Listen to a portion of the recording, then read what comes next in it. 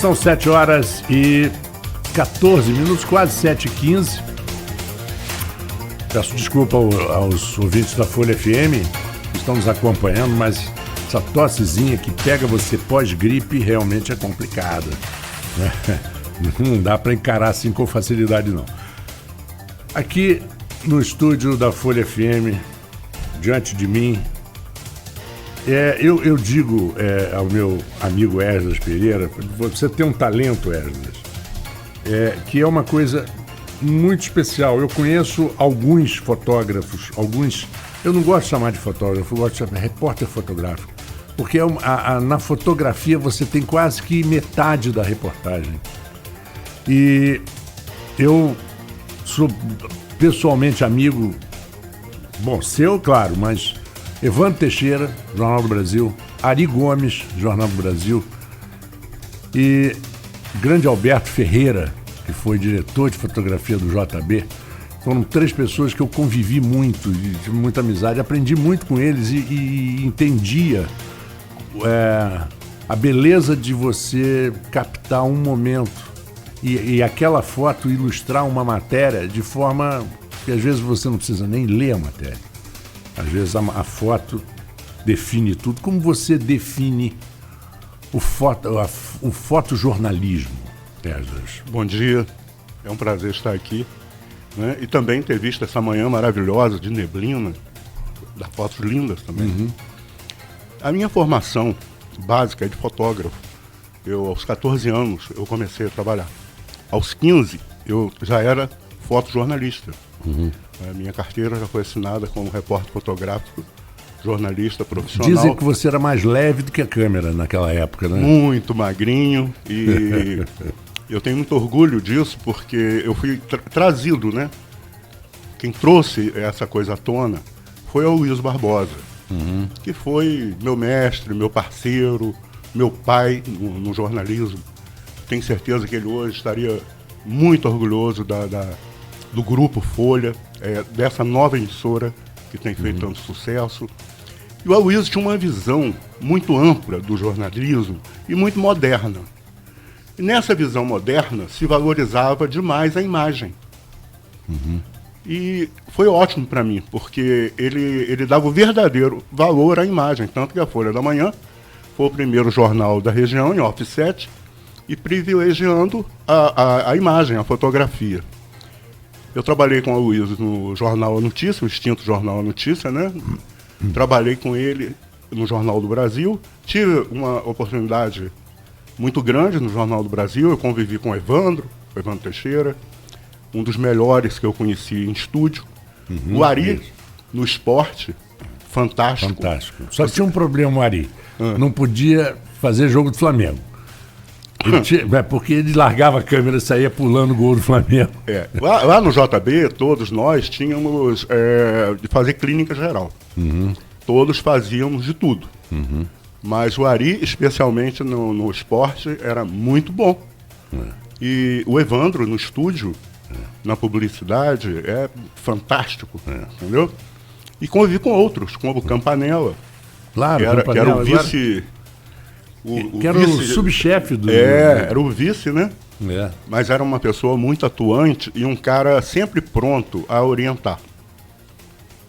E todos eles me ajudaram muito, porque eu era muito jovem, né? Rio de Janeiro, Jornal do Brasil no seu auge. E foi fantástico para mim, porque eu sempre tive uma sina, eu e o Aloysio, de primeira página. E lá mesmo, jovem, eu fiz várias primeiras páginas. Fiz muitas.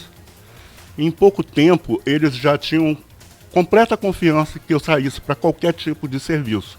Obviamente, naquela época, nem todos eu podia fazer, porque ainda era menor de idade.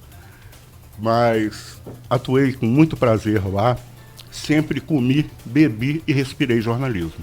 É a coisa que eu amo e amo de paixão. E dentro de um jornal, eu estou na Folha há mais de 40 anos, eu tive a oportunidade de aprender praticamente todas as funções de um jornal. E foi muito bom, porque quando você conhece profundamente aquele meio em que você vive, em que você trabalha, você pode exercer melhor. Né? Você sabe, de antemão, na hora que está fotografando, como aquela foto vai se enquadrar melhor. Qual seria a foto da primeira página? Essa foi uma coisa que eu absorvi bem no JB. Que o JB a gente tinha que seguir algumas receitas. Podíamos ter toda a criatividade, mas algumas coisas básicas não podiam deixar de ser feitas. E eu carrego essa lição por toda a minha vida. Me lembro muito, e você deve ter vivido muitos momentos importantes naquela famosa sala do fotojornalismo do Jornal do Brasil, que tinha aquela porta rotativa, onde você entrava na câmara escura, né? De revelação e tal. Você fazia a revelação aqui do lado de fora, mas com as mãos lá dentro, né? E depois você entrava para imprimir as fotos. Não sei como é que o termo certo. A realidade é assim. Aquele laboratório fotográfico do Jornal do Brasil foi uma sala de aula muito boa, porque eu já fazia laboratório, porque eu comecei na fotografia comercial com o DIB. Né? Eu tinha de 14 para 15 anos. E o DIB sempre teve laboratório, que era o laboratório preto e branco. E nós fazíamos as nossas próprias fotos. Então, lá no JB, eu já cheguei sabendo o básico de laboratório. Mas tive grandes mestres lá e também aprendi a trabalhar com a radiofoto, né? A radiofoto aqui era maior do que essa mesa de áudio aqui. Era um negócio para viajar. Inclusive, foi por alguns furos que eu e o Luiz demos, furos nacionais, a UPI designou um equipamento de radiofoto para mim. Ele era do tamanho de uma mala dessa de viagem que os aviões agora permitem ainda grátis. São quantos quilos? 15? Era mais ou menos isso, azul. Um azul bem forte, né? De casca dura, né? Isso. Tipo uma... Essas rígido. Rígida. E junto a isso, nós tínhamos um laboratório fotográfico portátil, que também cabia numa pequena maleta. E quando a gente chegava em algum hotel, em alguma cidade, alguma missão, a primeira coisa que eu tinha que fazer era preparar o laboratório no banheiro. Né? A gente fazia o banheiro se tornar uma câmera escura, eu já trazia o material para isso, as cortinas, luz vermelha, a gente montava o laboratório. Grampeava a linha do hotel para poder colocar em funcionamento o equipamento, né? O radiofoto, e ia para a missão. Então, antes mesmo, às vezes, um jogo de futebol, até o primeiro tempo, a gente já estava passando as fotos, porque o jornal tinha hora para rodar, né? E isso foi fantástico, era uma coisa emocionante, era uma grande aventura. A radiofoto, ela mal ou bem, foi um precursor do fax. Em termos que você passava através da linha telefônica uma imagem. Similar, mas bem mais avançado, porque a foto... Muito mais sofisticado. Muito mais. Aquilo era caríssimo, e o fax, quando saiu no final dos anos 80, era barato, comparado com... Mas não tinham as mesmas funções, porque após a revelação dessa fotografia em preto e branco, a gente fixava ela nesse rolo, a máquina tinha um rolo, e tinha uma série de fotocélulas que decodificavam todos... A foto, você sabe, que se você olhar microscopicamente, ela é toda formada de grãos, de bolinhas, vamos dizer assim, de partículas.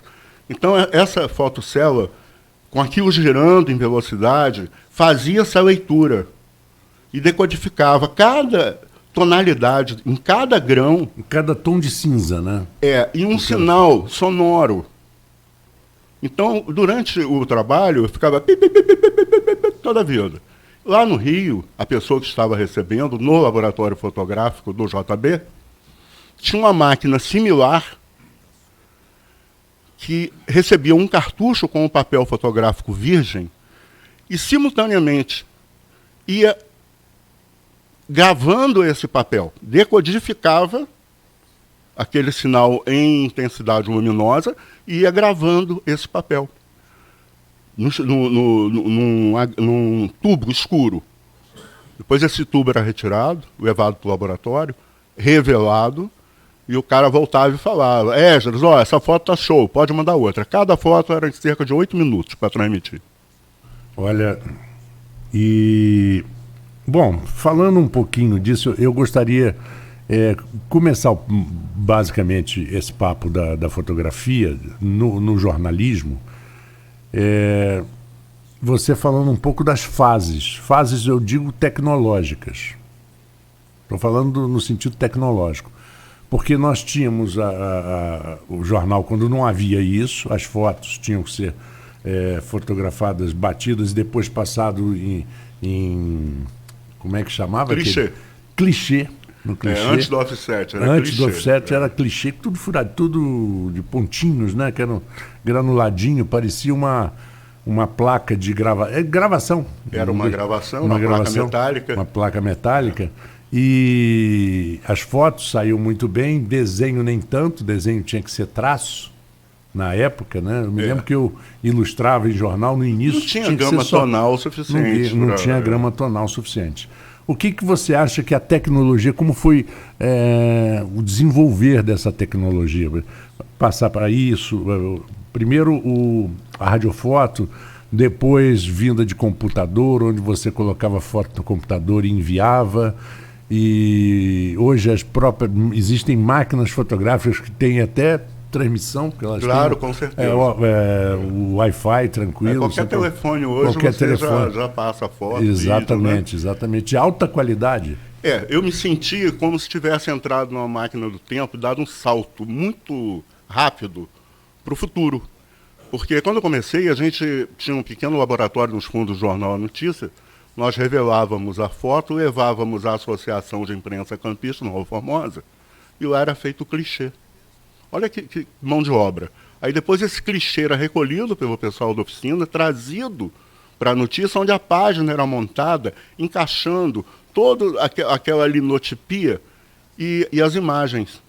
Inclusive tem uma coisa muito interessante que eu fotografei, porque tem muito acidente na curva de Sucupira, antes dela mudarem o traçado dela. E já era um pouco tarde, quando o clichê ficou pronto. Talvez por pressa, para não atrasar o jornal, essa foto saiu na primeira página de cabeça para baixo. O ônibus saiu de cabeça para baixo. O ônibus? O ônibus. Na curva passava um ônibus. Parecia que... e o ônibus ficou de cabeça para baixo porque o clichê foi montado de cabeça para baixo, né? São as coisas do antigo jornalismo. Quando veio o advento, que foi um grande advento das máquinas fotográficas SLR 35mm, porque até então a gente usava Rolleiflex. A Rollei só batia 12 chapas. Eu, inclusive, tenho, porque minhas máquinas todas eu guardei. Então eu tenho toda essa sequência. Quando nós começamos... Você chegou a ter a Hasselblad?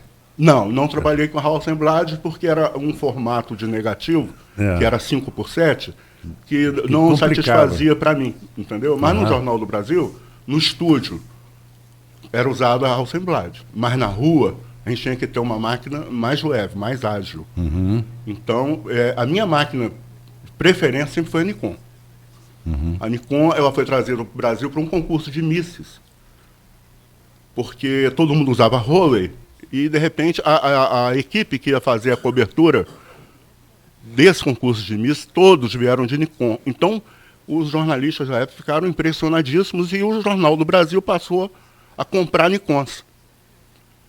Porque a Rolleiflex, reflex, era uma máquina reflex. Mas com aquela janela, né? Aquela portinha em cima. Podia usar assim e podia usar também da forma esportiva. Para quem tem alto treino, não é para amador, né? A gente dobrava aquilo ali e ficava só um buraquinho. Você olhava pelo buraco, não tinha lente, não tinha nada, você só via o enquadramento. A questão da focalização, na Rollei, nós fazíamos no cálculo de distância. Então, todo fotógrafo, ele olhava para um objeto e já sabia a que distância estava. E, além disso, Então, abertura, tudo não, era aí velocidade. você combinava a abertura e a velocidade para conseguir uma equação que se chama profundidade de campo. Se você vai fotografar um objeto a 3 metros e você sabe trabalhar com profundidade de campo, você vai ter um foco de 2 a 4. Essa é a profundidade. De 2 a 4 vai estar em foco. Então, isso era para foto rápida, para foto, entendeu? De ação. Uma coisa que me marcou muito foi a minha primeira foto publicada em jornal no meu primeiro dia de trabalho. Eu estava lá no estúdio do DIB, meu pai chegou lá comigo e falou: DIB, esse rapaz aqui não faz nada. Você põe essa criatura para trabalhar porque eu preciso ocupar esse garoto, ele não pode ficar do jeito que está.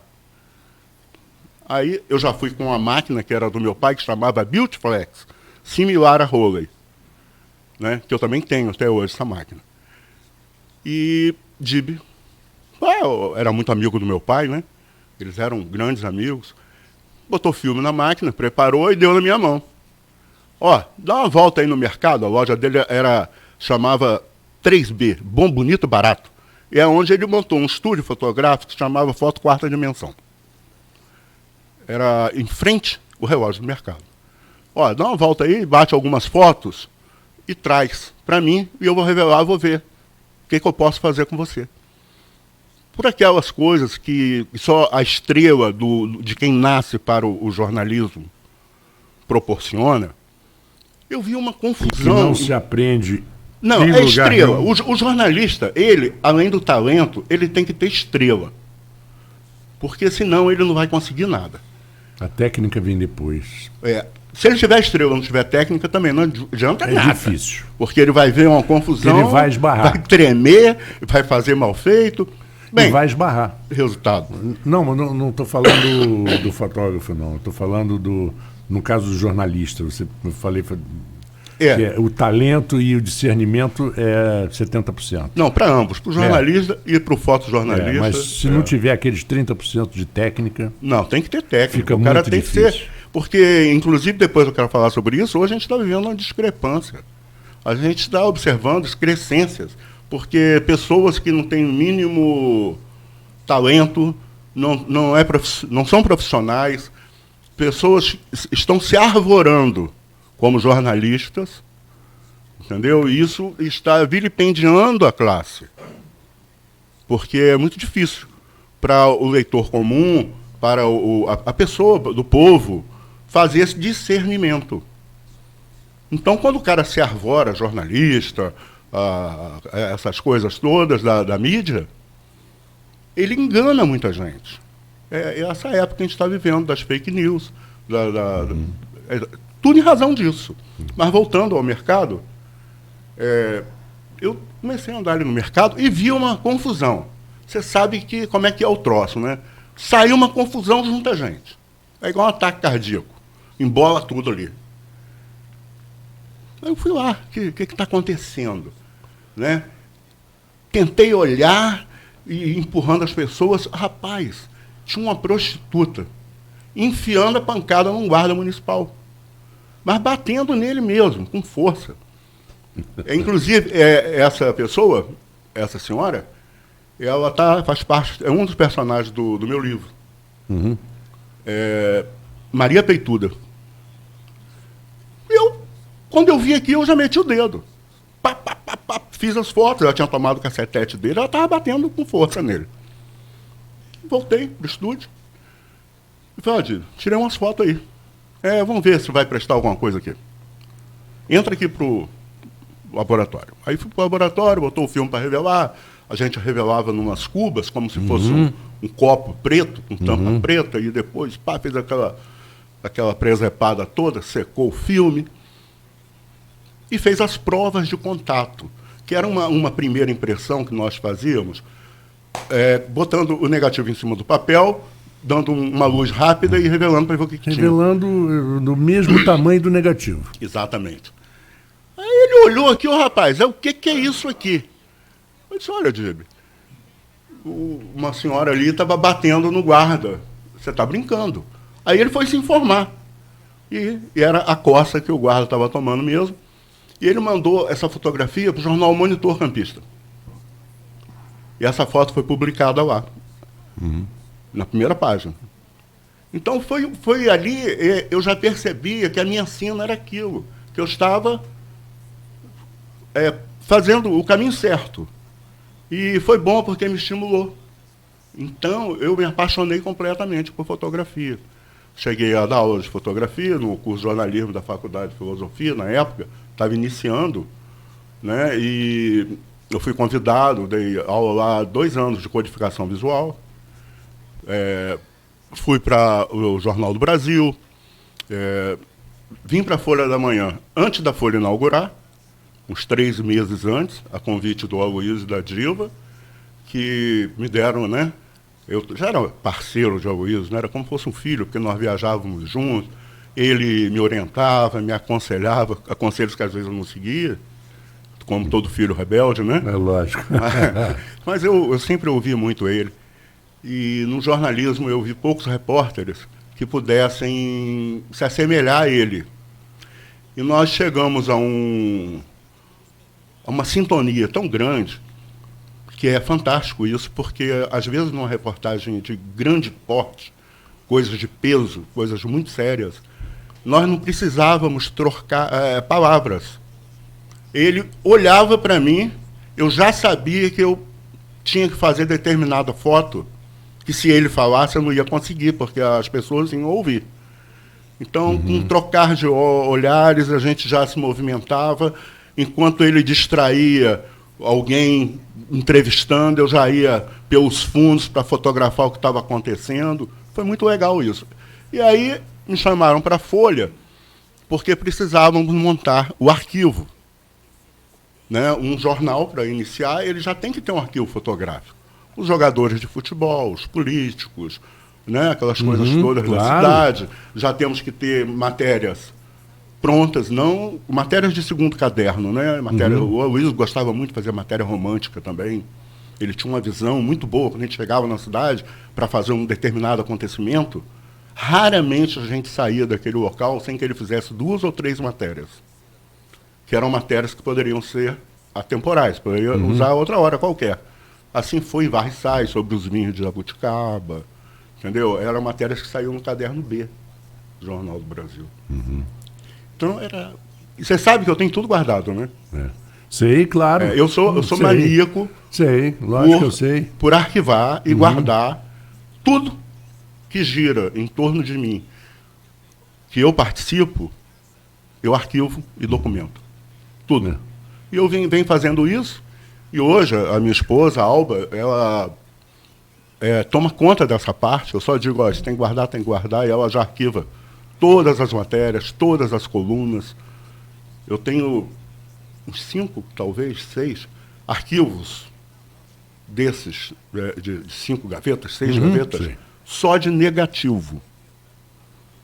De negativos. E provas de contato também.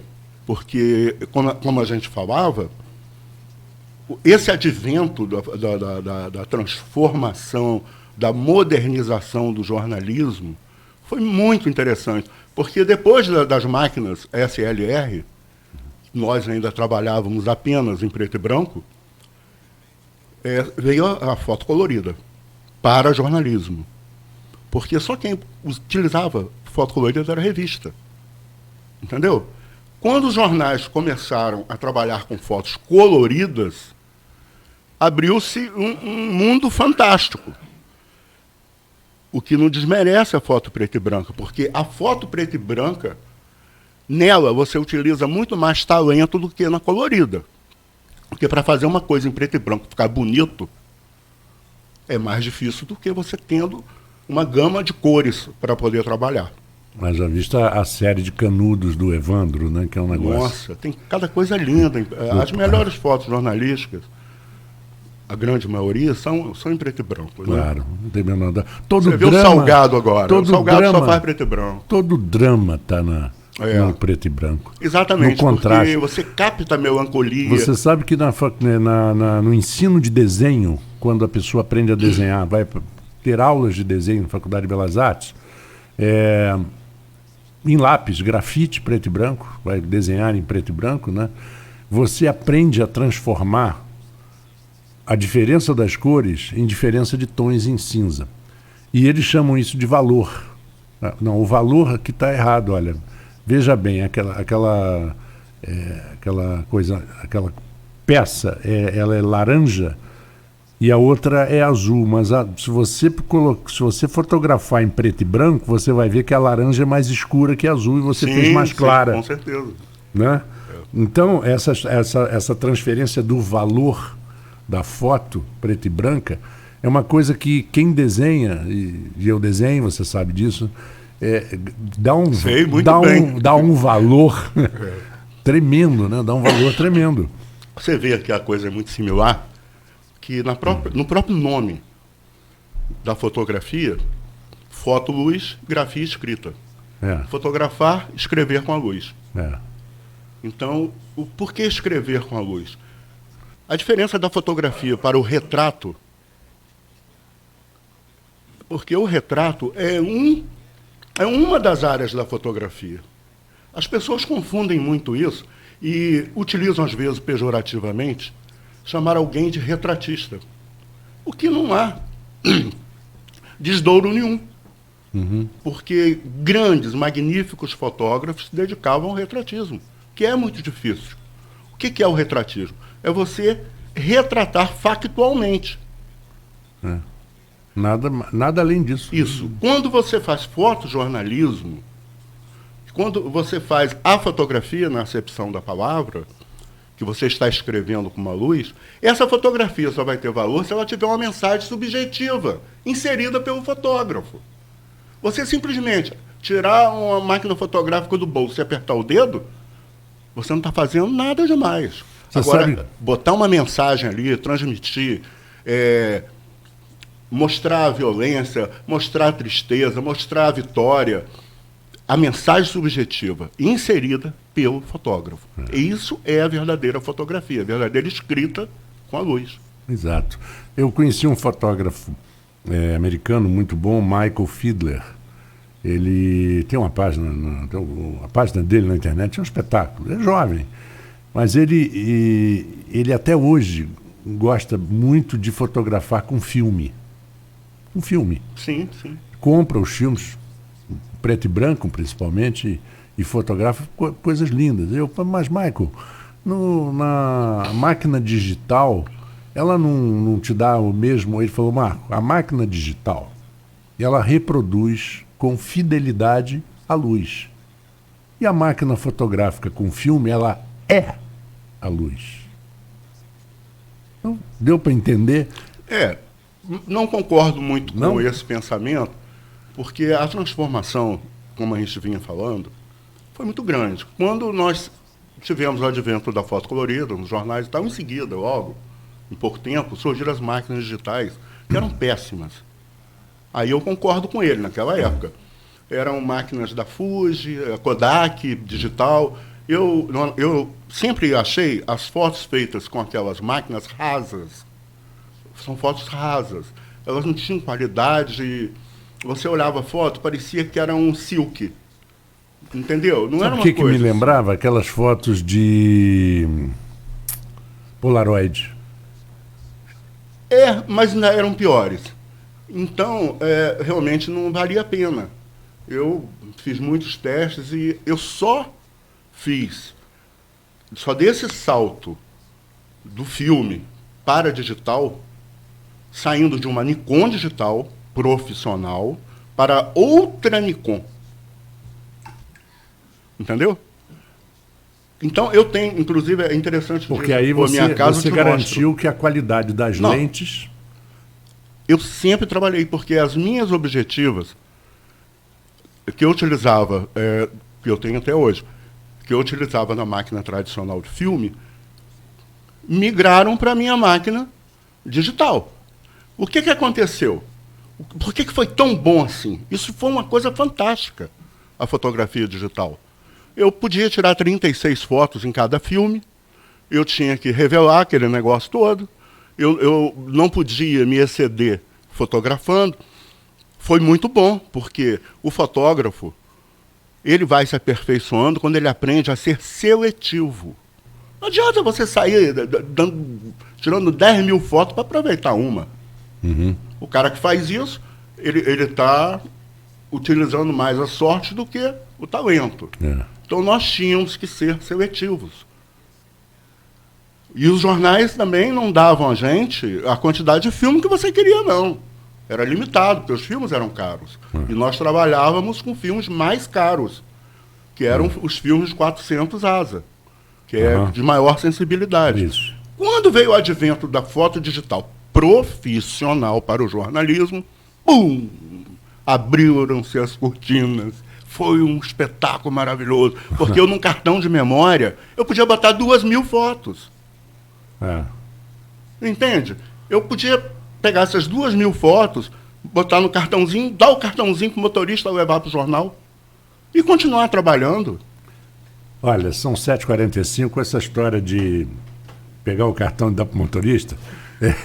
Logo depois do intervalo, vamos seguir, claro, no mesmo assunto, porque tem que ser esse assunto, mas aí vamos começar as muitas histórias. Okay. Tá bom? Daqui a pouquinho voltamos com Folha no Ar, primeira edição, que hoje recebe o grande jornalista, fotógrafo e colunista Esdras Pereira. 2019